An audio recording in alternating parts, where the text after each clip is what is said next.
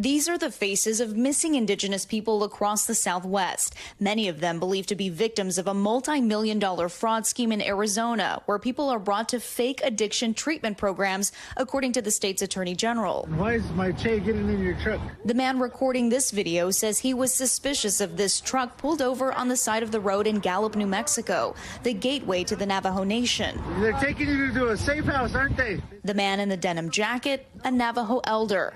Police believe the driver and passenger were trying to lure the man to an addiction treatment facility, most likely in the Phoenix area. I have my business card. If you have any question, go to me. Okay. Several law enforcement agencies, including the FBI, say tactics like these set up a false promise of safe haven and treatment while defrauding the state Medicaid system.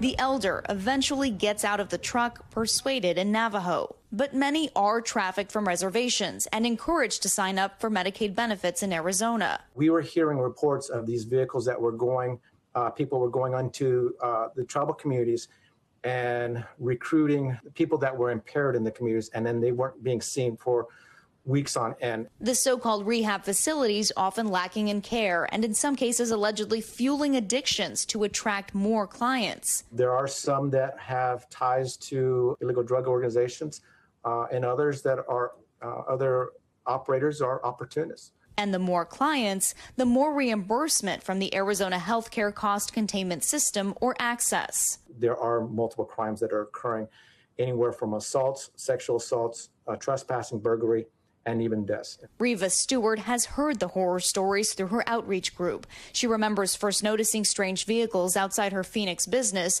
approaching people at the bus stop. And I asked him, I said, can I ask you why that van stopped and asked you something? And he was like, yeah, they asked me if I needed a place to go. Now aware of the scam, she's taken a grassroots approach to the problem, helping people, she says, who've been left without any resources, still battling addiction and ashamed or unable to find their way home. We have seen hundreds of unsheltered relatives that have been in these sober living homes. We've seen elderly that have gotten beaten up by these people in these homes.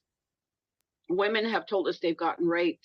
Raquel Moody, one of Stewart's outreach partners, says she experienced these facilities firsthand as she battled an addiction to alcohol along with a relative. There was no staff. The clients, my brother, he was allowed to drink. It was really hard because at times I didn't feel safe. Moody says she moved around to several similar facilities, hoping to find real treatment while her brother disappeared.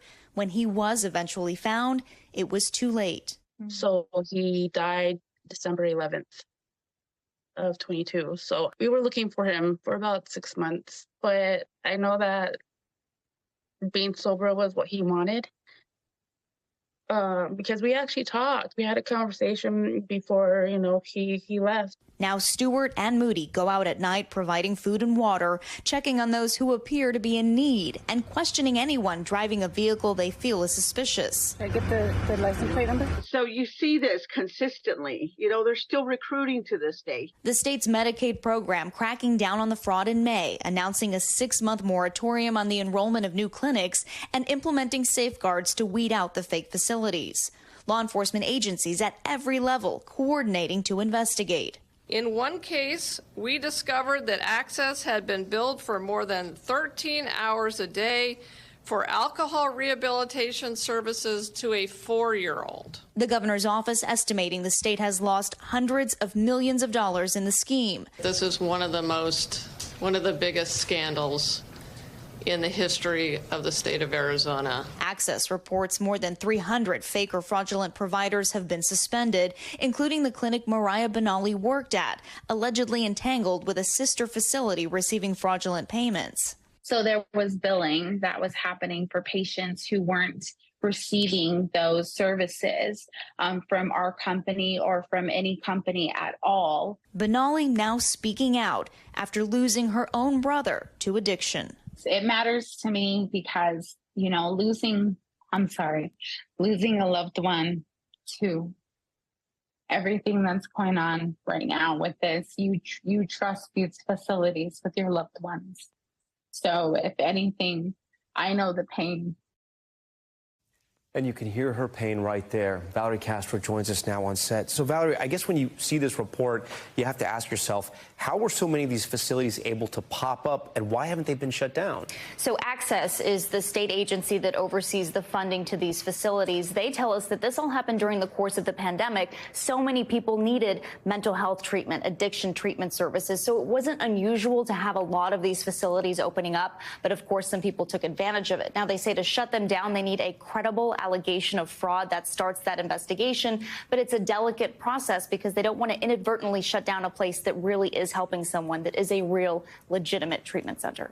Thanks for watching. Stay updated about breaking news and top stories on the NBC News app or follow us on social media.